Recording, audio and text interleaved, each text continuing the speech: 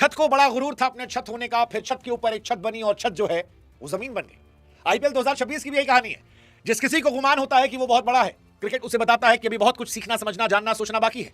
उदाहरण के तौर पर जसप्रीत बुमराह से लेकर भुवनेश्वर कुमार और जॉस हेजलवुड को लेकर हम ये मान बैठे थे कि ये वैभव को तो आउट कर देंगे, लेकिन वैभव ने इन्हें आउट क्लास कर दिया। और जब हम ये मानने लगे कि वैभव सूर्यवंशी सबको आउट क्लास कर देंगे, तो एक नया लड़का आया जिसने वैभव सूर्यवंशी को सोच कर आउट क्लास कर दिया। ये कहानी है एसआरएच के डेब्यूटेंट प्रफुल्ल की। वो प्रफुल्ल जिन्होंने एसआरएच को एक उम्मीद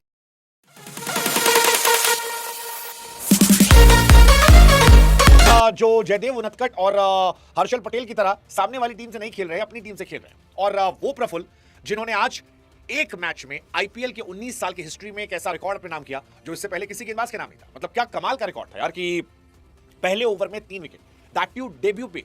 और विकेट किसका? पहली बॉल पे वैभव सूर्यवंशी, तीसरी बॉल पर ध्रुव जुरेल और 5वीं गेंद पर पिटोरियस।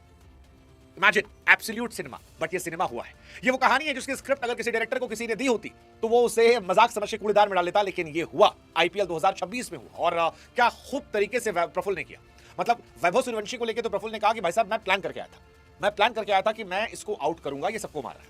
वैसे वैभव को चाहने वाले कह रहे हैं कि भाई साहब वैभव सूर्यवंशी जो है वो बड़े बॉलर्स को मारता है। अब प्रफुल्ल बड़े हो गए, अगली बार मिलेंगे तो मार देगा। ये वैभव के फैंस कह रहे हैं, हो सकता है वैभव मार भी दे। बट आज प्रफुल्ल ने अपना दिन दिखा दिया। उन्होंने ध्रुव जुरेल को विकेट लिया, पिटोरियस का विकेट लिया और सबसे शानदार विकेट रियान पराग का, क्योंकि रियान जब आउट हुए तब स्टार्ट जो था वो काफी डगमग था और रियान पराग टिक कर खेलना चाह रहे थे, लेकिन उसके बावजूद इस लड़के ने फंसाया। वो तो आखिरी में तुषार मैगरात ने तो छक्के के मार दिए, थोड़ा सा स्टार्ट चेंज हुआ। बट कमाल की कहानी इस लड़के की है। प्रफुल्ल वो गेंदबाज हैं जो शुरू में कहा जा रहा है कि बैट्समैन बनना चाह रहे थे, लेकिन फादर के कहने पर तेज गेंदबाजी को अपनाया। शुरुआत में टेनिस बॉल से खेलते थे, लेदर बॉल के बारे में कोई जानकारी नहीं थी।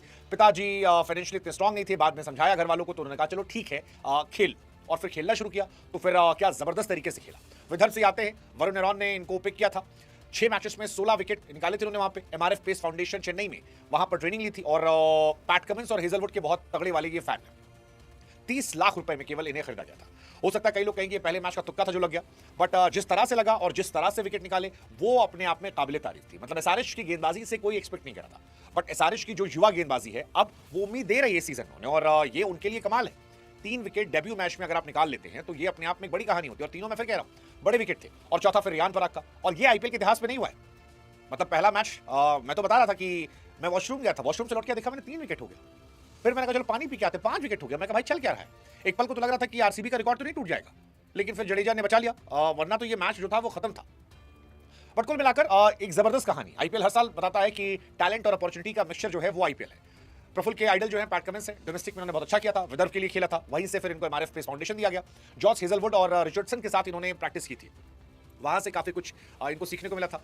फिर 3 टीमों ने इन्हें नजर रखी थी, एक एसआरएच, एक एमआई और एक जीटी। 30 लाख रुपए में खरीदा गया और अब $1 मिलियन के प्लेयर बन गया। रातों रात इनकी फैन फॉलोइंग जो है जबरदस्त बढ़ रही है। और डोमेस्टिक के नंबर जो थे वो भी इनके अच्छे थे। और ये वो खिलाड़ी है जिनकी तारीफ हार्दिक पांड्या ने भी की थी। तो ये अपने आप में एक कहानी है कि हार्दिक पांड्या ने इनकी तारीफ एक जमाने में की थी, और हार्दिक भाई अगर किसी को एक्नॉलेज करें इसका मतलब वो तमीज का आदमी है।